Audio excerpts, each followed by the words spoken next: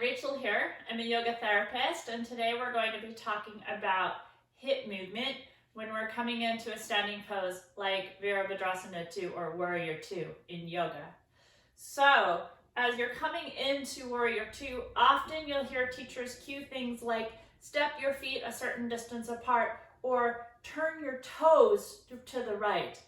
And while those cues are generally helpful, they give you an emphasis down on your feet.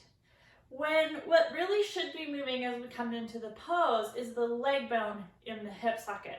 So to demonstrate that, when you take your legs apart, really what should be moving here is the leg bones in the hip socket. If you go further than your available range in the hip, a few things can happen. You might start to tip your pelvis forward and stick your tail out behind you. You might start to lean forward. You might create a little bit of a back bend in the pose. You also might find that you start to come off your tripod of your feet. So if you missed that video last week, I believe, go back and take a look at that to see what I'm talking about. So you might start to tip on your foot, or you move differently through your foot and ankle as a result of going past the available range that you have in your hips. So we're going to keep the distance of the feet here comfortable for you so that there's no need to change your pelvis, your spine, your ribs, or the way your weight is distributed on your feet.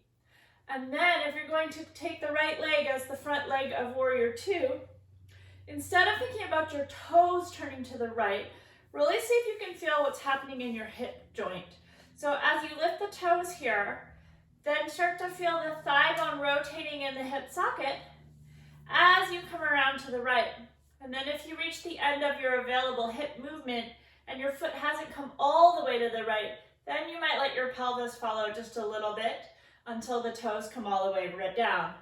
Try it this way, and then try how it feels to just move from the foot. And you may notice that there's different movement through your ankle or your knee, or that the movement just feels kind of different when you lead it with your toes as opposed to leading it from the hip joint. So try both ways, see what you notice. I'd love to hear what you discover.